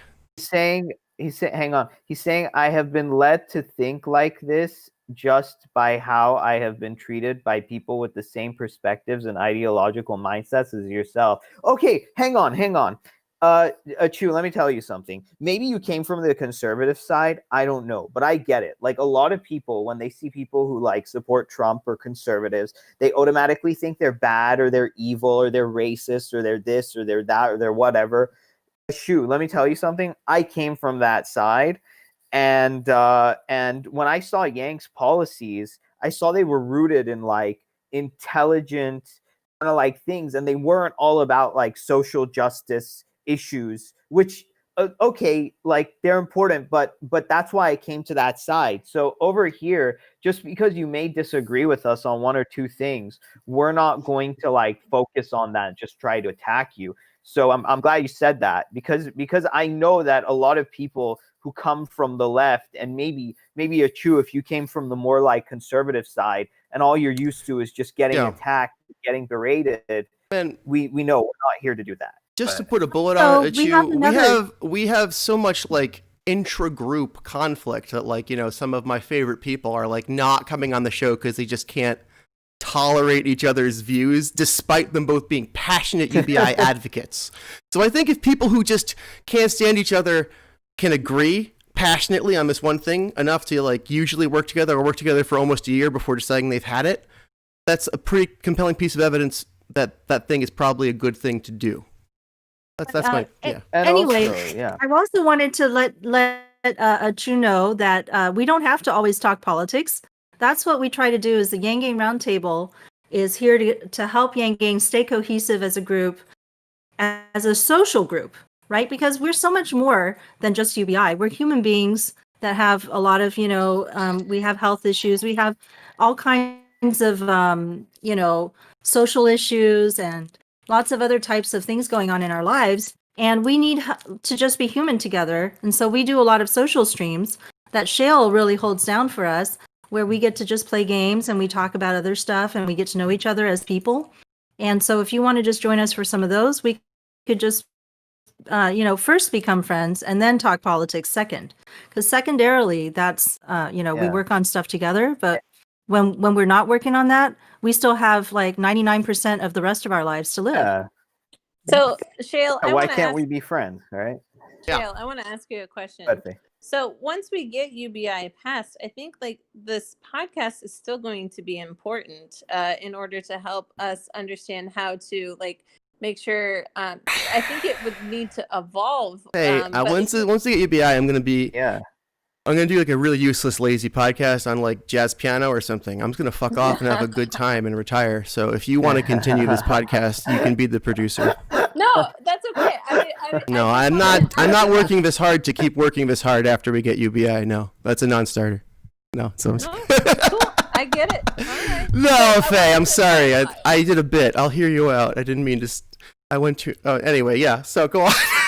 He's making a joke. But, I got too far into you're my right, joke. though. Like that's the point of the podcast, right? Yeah. Is to get UBI. Mhm. But I think there are a lot of other things that have been very fruitful of these kind of conversations. And yes, Okay. like you can evolve on Yeah, with another your life point to of the different areas. I get that. another point of the podcast is like, hey, we can all learn not to be assholes. How about that? How about that for the United States? Learn how not to be an asshole. Learn how to like not falsely accuse people of things that you just think. Learn to not scream at them just because they disagreed with you on that one thing. Learning how not to be an asshole these days is like an art form because like our culture is so full of it. So it's like the learn not how to be an asshole, class. Hey, we're decent human beings. Let's, So this this do morning, that. I had this conversation this morning. Took hours of conversation this morning with a friend of mine who's like born again Christian, and he feels that he was absolutely saved right when he discovered Christ when he was like 17 years old or something like that. Had this amazing religious conversion experience, and now, but I feel like he often tells me that I'm his only friend, right? He doesn't have a church that he goes to because sometimes he feels uncomfortable at the churches because they make him feel bad in some way. And so we have this long conversation where I basically am telling him, look, it's great that you had all of these things happen to you and that you found something that really works for you. But don't you see that it's preventing you from, entering the lives of other people and from socializing like in a normal way, right? Because immediately there's this judgment, right? Like everybody else is Right. doing it wrong. Even every other church is doing it wrong. Only my That's our experience is folly. the right one, As a society, we jump to conclusions too fast. We're not reading in between the lines. It's like just like what Josh said. Oh, so, yeah, like we're not going past the headlines. I think that's so important. That's how we've allowed these reality TV. That's how like our Wait, society who has do you become a say said reality that? TV show. Who did you say said that? I think it was Michael. Michael. Michael, sorry, damn it. Why do I keep? Sorry, I have all these names in my head. They just pop in and out. But yeah, Michael You said work with a that. lot of people, Ariel. You I work with really a lot of do. people. Yeah. I want to get back to something Faye said. What would happen if we got UBI with this podcast, Faye? What do you have in mind? I would love to hear. Well, honestly, I think there are experts that need to be found in order to help guide the UBI to be spent on foundational like reconstruction, and having communications to like teaching each other how to use this UBI to do some of the work that's necessary, connecting people to ideas such as like, if you're wanting to start a community garden, like maybe you need to connect with another person and we can get like lessons on that, because we've gotten a lot of special guests on, right? Yeah. And they have expanded our knowledge on how to do things. We've even had like the grants writer specialist on. We were able to ask questions, and it was a platform that has enough a good high quality people coming on that we can have these conversations and education, which might have come at a financial barrier before, right? And like you must pay me to get an hour of my time kind of thing, and but that way we can also break through echo chambers, because even when we get the money, people, one, they're going to have a big sigh of relief, like, oh, thank God. Wait, Right? hang on. A truest saying that we tried UBI in Canada was a disaster. No, it wasn't. We've had someone from Canada on our show. We had someone in Canada on our show talking about how much it helped her when they did it, and the conservative government said they would stop with it. I don't know, but I can link that to you. I don't know, who did you talk to that in Canada that it was a disaster? Because we had someone come on. I would like to Go ahead. elaborate on that. So her name was Jessie Gollum, and she did a art project where she took photos of people who received UBI pilots and kind of telling their stories, and it was really successful. When they cut the program, one of the people happened to be like, homeless beforehand or had a lot of issues right beforehand. And they started getting healthier and had like during the program, they were getting on their feet and everything else was actually working in their favor. They cut it and that person fucking died. Okay. They died. Oh my God. So like the UBI brought them back life and then like took it away because someone else who promised that it wasn't going to go away took it away when they got office. Okay. That's not okay. This person also like added me to a Canadian group for UBI. And when they got some of the money recently, people were like literally waiting for that money to get in their account. They needed it that badly. They were like, did you get it? Did you get it? I didn't get it. I got it. I got it. You know, and they're getting excited about it, guys. Like, you know, investigate, ask questions, find Canadians. Maybe it was a terrible idea for a couple people, but I think overall, everybody that I've personally met who has gotten some form of UBI has had increases in value in their life. Chu is saying I can give he said that's my personal feelings on the matter. So isn't that interesting? Facts don't care about your feelings, Achu. I mean, at the end of the day, if it was implemented in your town and people were happier and healthier and contributing more into society, and what you know, and you know, then it just works. So what was the name? Maybe I can find her. Did we record Jesse her on? Gollum. Yeah, she's on our channel at some point. But also, we have a podcast. We have the podcast with Jesse Gollum speaking, and so we can link to our podcast at some point if we can find that. And I have the YouTube. I found the YouTube. But I want to add to this. That's so awesome. I met people in Iowa who received $1,000 a month. Personally met them and talked to them, and like I actually was next to somebody when they got told they were going to get a UBI. They literally broke down in tears. Okay. And other people are like, yeah, actually, I helped pay for some car repairs for somebody else in my family. I was able to help them out. Like, I mean, I literally have interviewed people who've received UBI pilots. This is important. It is very important. And again, this UBI thing, we're talking about it coming from the government because it makes sense as social security, social insurance, that we spread out the cost of something like this for, throughout our entire society because we can bear it together, right? But for example, I'm getting something like a UBI from my mom, right? My mom is helping me out because I'm taking care of my son. And it's just the two of us in this small town community where I don't even know what kind of work I could do that would actually make up that, that shortfall if I were to send my child out, during coronavirus, and all this. So anyway, but it shouldn't be her job. It's not her job to provide it for me, even though she is my mother. I mean, it shouldn't be her job. Right. She's a person. She could be using that money for things that she needs, It should be something that's spread out because everybody's going to be in that situation at some point in their life, unless you're just super wealthy, right? Everybody's in the situation when you're born. You have to depend on your parents to provide you with your living. And then, as you get older, you may need that again as as after you retire. You may need it if you're disabled for some time. You may need it if you're Here it is, you guys. Choose pull yourself up by your bootstraps ideology. We have created an entire civilization for nothing. It's a handout. People made it through the frontiers of America, created Western civilization, Irish immigrants. Okay, Achu. Here we go.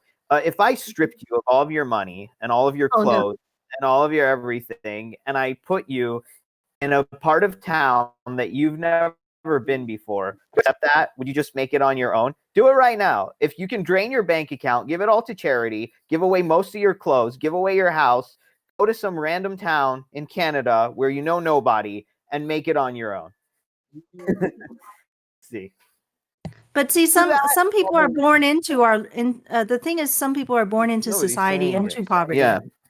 And so you don't start out with a plot of land. You don't start out with tools and everything that you need. And it shouldn't be, like we just blame the parents. We as a society are very wealthy, and we need to be able to figure out how to help each other and keep things going. So anyway, the fact is, we've evolved. Do we have time to speak with Michael now instead of speaking to Achu? Maybe we can speak with our guest now. Okay. Yeah, sure. So, Michael, what are you doing? What are you doing these What am I days in doing? terms of Yanggang engagement? Are you still engaging with that? I jump on Twitter every little bit if somebody has a question or I can help out. I do. I don't. I haven't started phone banking or anything recently. No. This is a moment when a lot of us are at rest, are sort of resting. But I see that you're still wearing your Yang 2020 shirts, and so you're still representing when I you're have. out. Great. I still have my math hat. Yeah. I still have mine too. Yeah. I commonly wear Yang Gang shirts. Like most of my T-shirts are This just one Yang was Gang at this point. signed by him himself. You see that? Nice. That's Andrew Yang. That's so awesome. You can't ever wash that ever, Ariel. Oh, I never. No, my mom wanted to throw it away. I said, "Are you crazy?" She wanted to like she wanted, but she didn't know it was signed by Yang. When I told her that, she was like, "Oh no, I'll leave it alone." Oh, and I also got this. I don't know what it's worth. That but is yeah. so cool. Yeah, I it's wish your pretty- mom was as impressed by all the things that you've been doing as by the word Andrew Yang Oh, or the that- persona of Andrew well, Yang, I just want to because thank you are her. just as awesome. Yeah, Ariel, I like your passion though. Appreciate it. Thank you. Yeah, Ariel, because you should sign that the Andrew Yang figurehead. You should sign it. You should sign it on the bottom with a permanent marker as I the will. creator. Why not? Why not? Yeah, because I just think it's important that this happens because I'm sick of, I don't know if it's you and like all of you can agree with me, but I'm just sick of the mainstream media where we don't get a fair hearing. Just get the headlines. We just get like something in our faces, and like you can like I see people do this all the time, you guys. I see people watching like TV shows and like cursing at the anchors and at the people that they're interviewing. They can't hear you. Yeah. You know, and people are so used to that. People are so used to watching like the news and like cursing and stuff, but it's just a one-way street. So over here, when we can get like a two-way street going, it's way better than just cursing at your TV and like Right. It's like a you know. spectator sport almost, right? It's like watching football and then never expecting to actually know any of the players and in person or anything, but you participate by getting all worked up at home and you're not Right. actually So yeah. I wanted to ask Michael a question. So like from this whole conversation, I want to hear like what kind of points maybe stood out to you, like anything that you wanted to comment on that you didn't get the chance to, or like anything along those lines. What are you talking about as far as the podcast was concerned? Yeah, So far? just the podcast. We've brought up a lot of different things, like what I would love to hear more of your opinions on some of the things that we've talked about. Well, okay. I've managed to voice quite a few of them there, but I think that we need to be really careful just because somebody gives us a pat answer. That sounds like it's come like we've heard 1,000 times before and whatnot. Not to close off, not to have our own knee-jerk reaction. To realize Yes. that when somebody's saying something like that, that that's their knee-jerk reaction to our situation, to what we're talking about. Okay, they're only able to go off the information that they have on board, and if you're and not everybody's going to reject new information. Like this guy right here is not rejecting new information, guys. He's really not. Right. Read the chat. Okay. It's going to be a whole lot more productive if we approach things from, finding out what other people believe and how they feel, and then offering them new information, than to just try to butt heads. That's just not going to work. Okay. Yeah. Don't be a butthead, right? Yeah, pretty like much. you're gonna butt heads. You're gonna look like Beavis and Butthead. I just want to, yeah, but I, What but about the whole and Andrew Yang running for mayor thing? Do you have any comment I or think feelings it's a about great that? move. I think it's a great move. I don't believe that he's going to, or is going to, or was ever going to get a position in the Biden cabinet. I think he was just strung along, and that's fine. But I think that if he can go do the hardest job in America, be mayor of New York, he can This definitely is build an great. even larger political pull than he already has.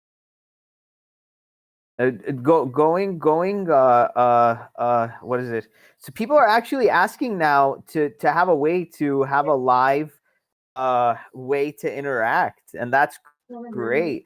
I think Shale, I saw CoffeeZilla. He has a thing where he puts the Discord invite and he pins it on top of the YouTube thing. So we should have something. You should have the Discord invite hyperlink, and you should pin it so people can always see that. And we can find a way to do that. Yeah, I sure. think this can We'll do really that, get yeah.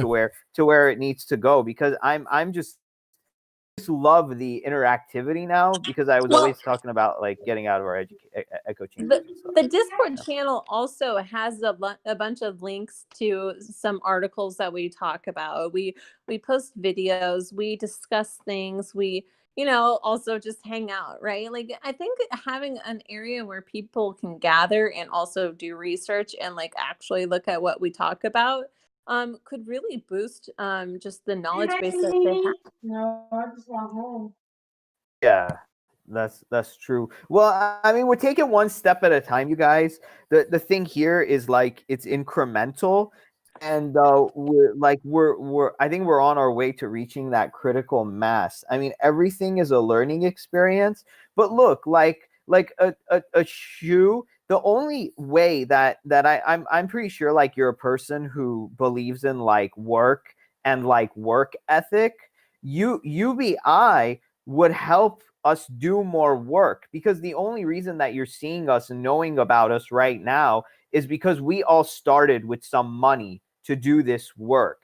Now, if most of us were in like dire poverty where we couldn't even afford any kind of technology, we wouldn't have the kind of way to even do this work for people to know. And that's what people don't realize. It's not a disincentive to work when you help people with basic necessities. It's an incentive to work because they see that they can go forward. They see that they can climb. If you don't give a person a path forward, or you don't like show that person there's a way that you can get out of your situation, their incentive to work actually rots. It actually goes down. I mean, and depression goes up, right? Like, And I mean, depression and goes then up. coping mechanisms go up, and then like really, then you're just kind of like not as useful too, right? Because maybe now you're just Yeah. drunk and crying, right? So that's not actually going Right, to exactly. do much work towards being Right. successful, because maybe you're And crying this because thing I bought. yeah, see, you're able Go to ahead, Faye. buy Sorry. stuff. No, but like the thing Yeah, is, I'm able to buy stuff, and the quality is getting better. You know why the quality is getting better? Because of money. Because we have access to better things because of money. That way we're able to work. Money enables work. It doesn't stop people from working. well, as another example, when you got your stimulus check, you were able to get that drone, right? And you were able to get drone footage. And I can use some of that in my documentary that I'm making, right? And so, like, you can actually contribute to other people's projects because you were able to afford something that, one, is a great hobby for you, but two, can be used when people that like now, me if I can't got, afford it. let me just say, if I got $1,200 in food stamps, I couldn't use it on that. I couldn't use it to work. I couldn't use it to invest in myself. I could only use it to eat. Right? It would be enough and then to not eat. only But that, at a certain they ensure that you can't use it for a business because it's illegal. Like you can't go and buy something and then use that food to actually start a business. It's literally part of the program that it's illegal for you to use it to buy candy or something and then resell it. You can't feed anybody else, even if you're living in the same house with them. Technically, you can't feed your sister, even if she's feeding you. So it's like and so let much me, craziness. yeah. I want to chime in there. And there's only. Oh, go ahead, Faye, and then I have something. Okay, so when I went to help in Iowa at the sorority Yang house that they had, whether it be illegal or not, I was able to help feed almost a dozen people with my food stamps. I hadn't been using them, right? Because other people had been providing food for me while I was traveling. And I was able to provide literally dozen people food because I had that money, right? So we And think as that's wonderful, but the law says that's illegal. yeah, but I Right. could, Yeah. but see, that's the Amazing. thing. Like, I could be in trouble for literally anything in my life because I have this desire to give, right? And like, I could be punished for that. That seems so like crazy to Right. me. And when I was getting the unemployment boost, I was like going on shopping sprees and stuff. I bought like a chemistry set. I did all sorts of like fun things, but at a certain point I kind of got bored. And I was like, you know what? I feel like I want to contribute. I feel like I want to like make something. I feel like I want to actualize my life. There's only so much like shopping sprees and like buying frivolous stuff you can do until like for me, I'm just like, okay, I'm bored Yeah. now. Like And that's I just get like I don't even want to. that's the reality of human nature. If you look to real life, like the reality of human nature is that bored people just do something to give back because it's in their nature. It's human nature to contribute to the community that you find yourself in. Even if you might be, someone people can look call at- any kind of Right. I don't know. You can look at a gaming community where I mean nobody stands at start and does nothing. If you're in the game, you're there to play. You're there to do something. I mean, even if there was no scorekeeping, but you'd be extremely bored just sitting around doing nothing. So people just don't enjoy I being mean, bored. think They want about- to be productive. Yeah, laziness is actually kind of a myth. Yeah. Is the thing. Laziness is Yeah, kind exactly. of a myth. And I hate I'm to, loving Michael's. Well, I just wanted to call the time, quickly. Ariel. There's about 5 minutes. minutes left based on our original schedule, and I'd like to respect, our guests' time, and just make sure that we get a chance to say goodbye to everybody. So, do we want to go ahead and start closing out? Go ahead and say the last things that you wanted to say. I think that Mike's actually doing a great job in the comments, kind of like educating a shoe. I think it's a lot of that misconception that a shoe has that it's cost too much and that we can't afford it when we spend trillions on war, and how much money did we just spend on the bailouts? So I think it's like when more information is unearthed, these people will inch closer and closer to our side. I think that's the important thing. And thank you, Michael, for like coming on. And like I know we didn't have we had time to like talk, but I'm glad. Yeah. Go ahead. I appreciate you guys having me on. And if I have more time, I can come on for you guys as just a regular, not necessarily a guest. Yeah, But 100%. Like every. We would love to have you Everyone we on invite, anytime they're you'd always like. invited to come Just anytime you want, come on. I post the schedule every Thursday. Check the schedule. If there's someone you want to talk to, just pop on in. You don't have to announce yourself. You can lurk. You can talk as much as you want if you're feeling talkative. We're glad to have you. It's very casual. So very good to meet you, and thank you again for coming on. It's I we have a appreciate it. text channel. Yeah, the text channel is called Schedule, and that's where the schedule is posted Yeah, in our every Discord. Thursday. So Thank you for clarifying that's for how me. you know, when to come. So Ariel, do you want to do your closing first? Yeah, sure. So, my name is Ariel. As you can see in the comments, I have a YouTube page called youtube.com/revolutionary thinking. Interesting things actually. Coffeezilla name dropped me again, but it was for a hilarious reason. But like, I'll talk about that on my channel. And I am also on Twitter at Ariel's Ariels. So that's at ARIELS AERIALS. Message me if you feel like come check some things out. And yeah, I'm glad to be on here. Awesome. Okay, and let's actually. My name is Fei Ku, and you can find me at Palestine Math on Twitter and myself on Facebook. And come check out the Yang Gang Report Live because we just had a really, really good stream about a friend of mine who lives in my small town and has a some really good things to say about the criminal justice system. And he's also offering a prize of $1,000, I think, if you're able to make a video after you read his book. So it's pretty good. Yeah. Okay. Michael, did you have some sort of social media that you'd like people to connect with you on? Well, you guys are welcome to reach out to me on Twitter. At Michael for Yang on Twitter. You'll see a pretty nice little caricature of me as a Master Roshi. yeah, it's Nice. pretty cool. I like That is it. very funny. I like it. Visitor I and Biz is an excellent artist. She's awesome. Oh yeah, she is really great. Oh. She's on my Twitter timeline all the Since time. I'm totally I'd love jealous. to have her on the Right, show yeah. sometime. Really cool. Let's invite her. Yeah. I have before. Oh, I she think. would love to come on. You know, She has her own little podcast as well, guys. If memory serves, she was. Nice. She was among the initial batch of invites. I think I sent out to about 24 people. It's time to try again. Let's try again. Maybe. I'll ask her if she All wants right, to show up. and- I'm sure she'll answer me. Yeah, and also ask the other Michael Patrick, when you get a chance. Oh, sure. I can do that too. Yeah. He's okay, definitely so Faye? he's definitely willing to verbally express his opinions. Trust me.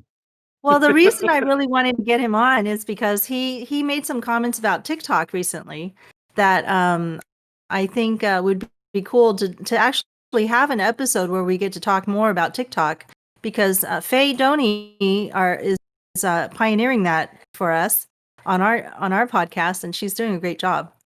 So, but at the same time, like the Democrats in my area actually, said that we were not going to use TikTok whatsoever for political action because of all this China stuff, which just blows my mind. Like, That's just virtue just signaling. so much engagement in this China hate everywhere. Like, Like, we can't let China take over this place. Stupid. Hypocritical. So, I mean, it's an American company, with some Chinese investors. I mean, how many companies does that equate to in our country? So many corporations now have investors. Come on. So anyway, all right. Faye Doney, do you want to tell us more about your TikTok or other social media platforms? Yes, hello. So I want to just do a couple things real quick. So if you want to reach out to me, my TikTok, Twitter, and Twitch is under Tisdoney, Tisdoney. You can watch. Twitter is kind of like the commercial into my life. Twitch is kind of like the episode of my life, and Twitter is kind of where I just like have all my like activism friends to message. So whatever. But anyway, if you want to contribute financially to what I'm going through and trying to achieve here, my Venmo is Art by Doney, my Cash App is Faye Doney, and my PayPal is Pulling a Doney, and that's all in the credits.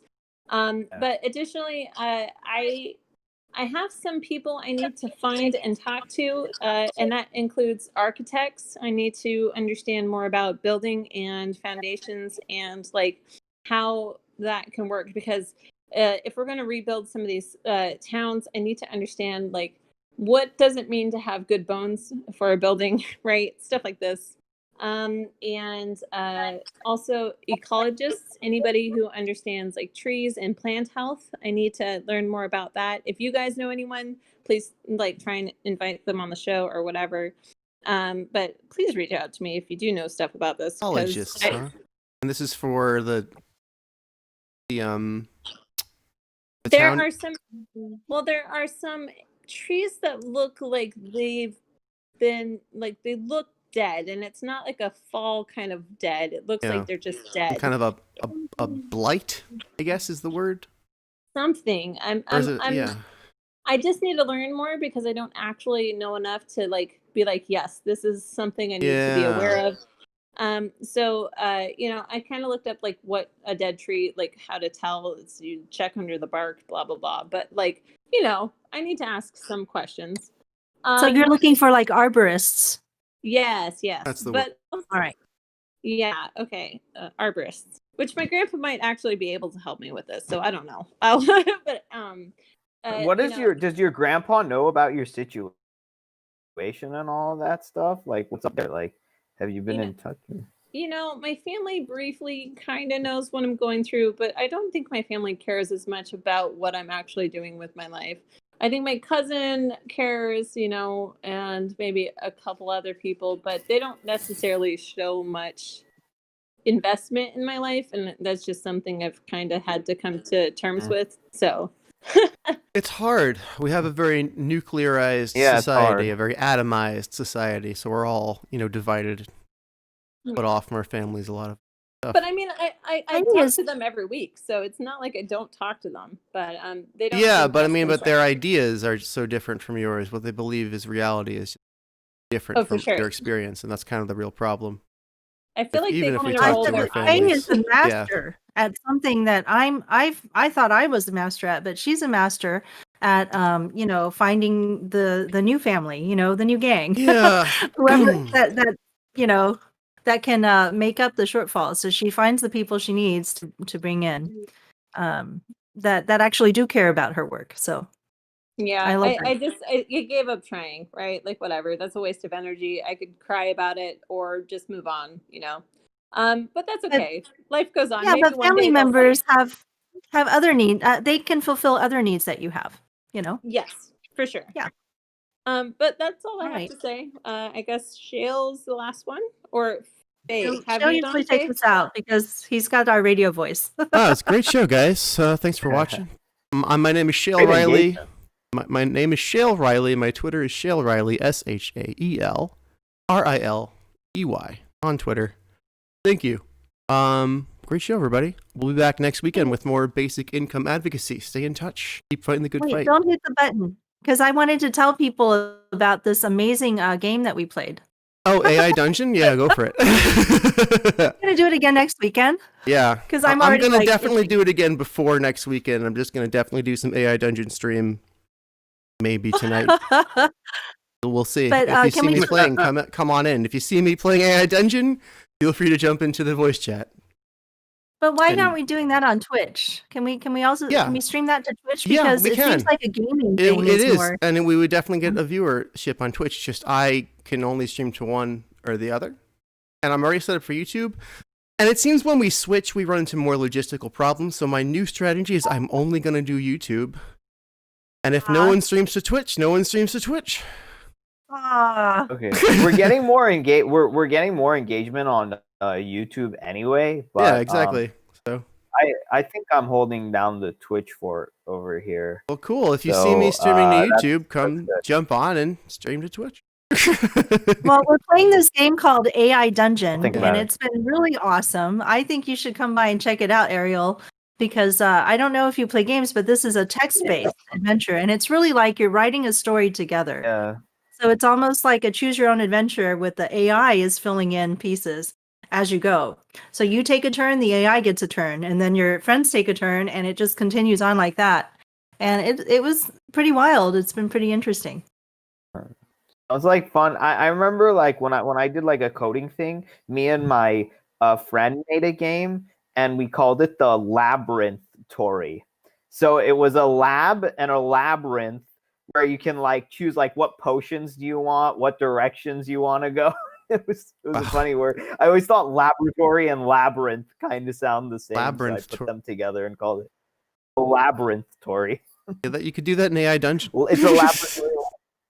Oh man. Right, yeah. Hey, Well, can you you could just like, actually briefly create a dungeon that's briefly like can that. you synopsize our AI Dungeon game from last night? Do you From last night? or the you first know one you or can the do I second don't know one? you can do both or either, but yeah, I mean we haven't talked about Saturday night's AI Dungeon game at all yet, so please, I'd love to hear your synopsis and relive the magic that was Oh, the magic. Let's see. the I return think of I was, Diston for one.